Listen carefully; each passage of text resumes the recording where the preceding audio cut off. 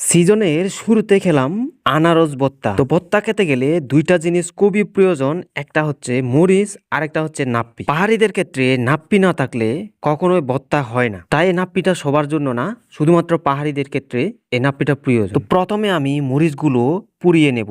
তো যেহেতু গ্যাসের চুলা, তাই পাতিলের মধ্যে আমি এগুলো পুড়িয়ে নেব। তো মরিচগুলো হালকা নেড়ে চেড়ে পুড়িয়ে নিলাম। এবার হচ্ছে আমি নাপ্পিটা পুড়িয়ে নেব একটা চামচের মাথায় গচিয়ে। তো হালকা এদিক ওদিক করে নিলাম। তো যেহেতু গ্যাসের চুলার আগুন একটু তাপটা বেশি, তাই বেশিক্ষণ রাখতে হয় নাই। তো এবার নাপ্পিটাও হয়ে গেল। তো যাই হোক, নাপ্পির সুগন্ধটা কিন্তু আমার কাছে খুবই ভালো লেগেছে। अच्छा। এবার মরিচগুলো বেটে নেব, হালকা বেটে নিয়ে নাপ্পিটা দিয়ে দেব, আবার নাপ্পিটা দিয়ে হালকা বেটে নেব। মরিচটা বেটে নেওয়া কমপ্লিট। এবার হচ্ছে আনারসের চামড়াগুলো ছাপ করে নেব। এরপর আনারসগুলো ছোট ছোট করে টুকরো করে নিলাম।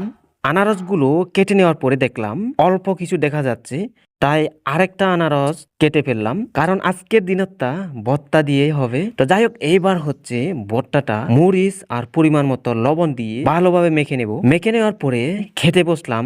এবার হচ্ছে খাওয়ার পালা। তো দেখি একটা আগে খেয়ে নি। ওয়াও, জাস্ট খেতে অসাধারণ লাগছে। তবে একটা বিষয় খুবই খারাপ লাগছে, আনারসগুলো এখনো পরিপক্ক হয় নাই। উপরে যদি লাল হলেও ভিতরের অংশগুলো একেবারে কিন্তু শক্ত। আমার মনে হয় এগুলো ওষুধ দিয়ে পাকানো হয়েছে, তো যার কারণে ভিতরের অংশগুলো একেবারে শক্ত। তো আমি খেতে থাকি, তোমরা আরো মিনি ব্লগের জন্য সাবস্ক্রাইব করো। বাই।